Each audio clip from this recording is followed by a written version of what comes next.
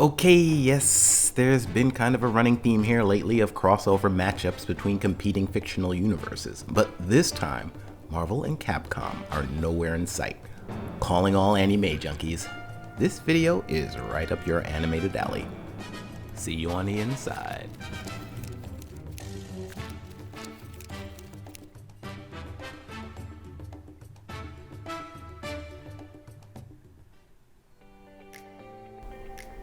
Greetings all, my name is Kontrol. I'm a veteran gamer with a knack for drawing. You're watching the latest in a series of gaming pinup videos, so if you enjoy the show, think about hitting the like button on your way out and subscribe for more. One of the nice things about orienting your YouTube channel around video game fan art is I can draw basically anything I feel like drawing. There are next to zero popular fictional characters that haven't appeared in at least one video game. In fact, who says you even have to be popular? We've had games based on weird niche characters like Chester Cheetah, Kool-Aid Man, Uncle Fester. Wow, Patrick Stewart has really let himself go. The guy from the old Burger King commercials.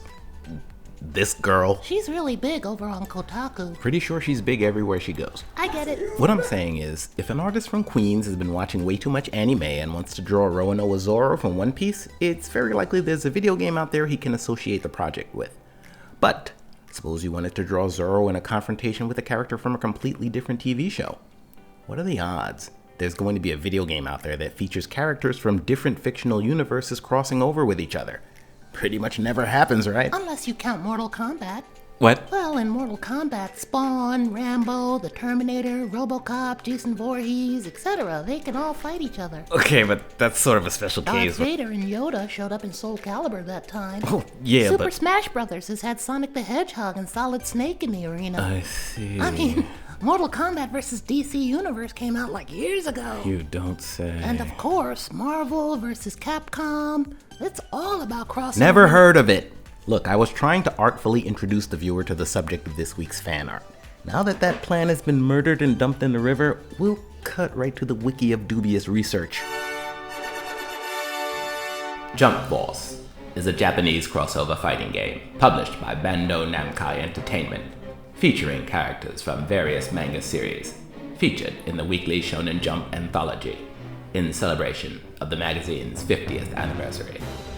The game was released on February 15, 2019 for Windows, PlayStation 4, and Xbox One. A Nintendo Switch port was released worldwide on August 28, 2020. Now, is that so hard?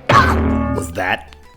For gamers who like to draw, Jump Force provides a logical reason to depict Kenshin and Rorouni Zoro having a fight, and a perfect way to tie the fan art into the theme of this channel, Kontrol Incorporated Gaming Fan. Alright, shut up.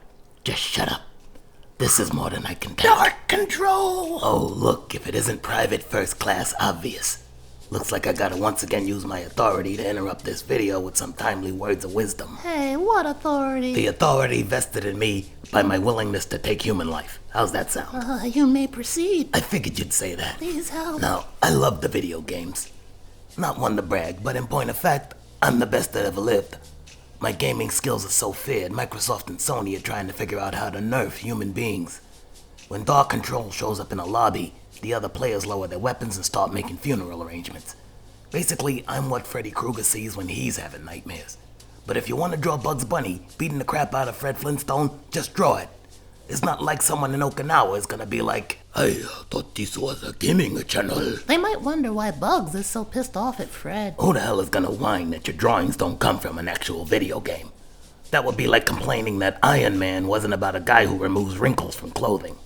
If it helps to break the ice, make your next upload about a subject so revolting and reprehensible it could never even be a video game. Oh, hold on a second. Hey, what are you doing? Sorry, but this would be where Control would toss in some kind of cheap shot against The Last Jedi. So if you'll excuse me... There we go. How long you guys intend to keep beating this dead horse?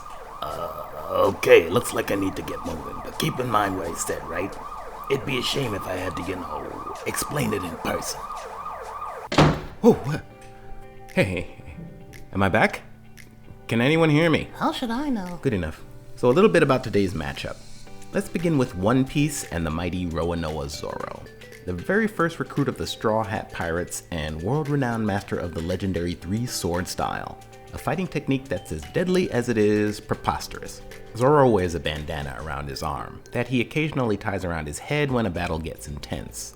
Or maybe he's just self-conscious about the green hair. I know I would be. Did an audition to play the Joker go horribly wrong or something? On the other side is the Batosai, Kenshin Himura, star of the intermittently awesome series Rorouni Kenshin.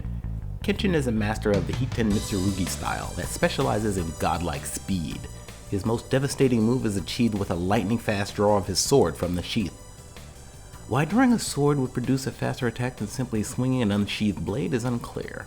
But considering the other guy is holding a sword with his jaws, I'm not going to make a big deal out of it. Well, just how fast is this Kenshin anyway? Well, as a former assassin, he's got quite a few confirmed kills under his belt. Video evidence suggests he's too fast for cameras to clearly detect his attacks. Let's roll some footage.